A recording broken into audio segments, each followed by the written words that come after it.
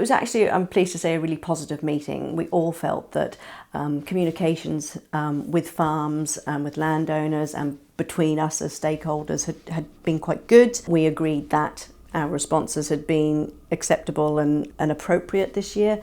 So we're not going to see much change to the response levels and what we do in the coming season. The legislation just needs a little bit of tweaking to make some of the wording clearer. So we're working on that as a matter of priority. There's no need to change anything at this stage.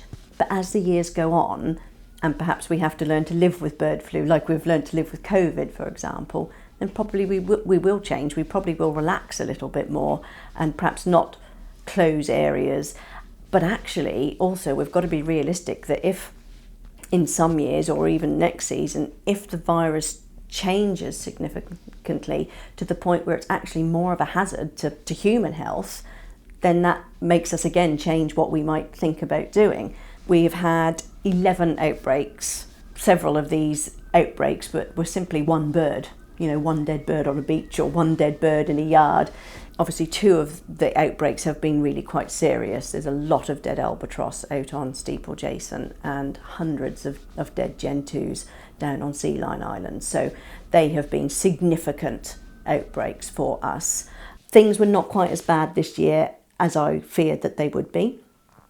I think that it's likely that things will be a lot worse in the coming season. I think we'll have not a very good year, an awful year, and then things will be immune or dead.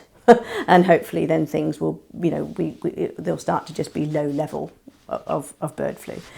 That seems to be what's happened elsewhere in the world when you look at populations that have been affected in the Northern Hemisphere and things like that. However, it's impossible to tell really. It'll just mean that tourism might have a really difficult season because it might be that some other key destinations are closed. You can't let tourists and visitors go to areas where there's hundreds of dead and dying birds. Nobody wants to see that, and we shouldn't be allowing people to see that. And also it's a risk to the people, and the surviving birds need to be kept protected and looked after.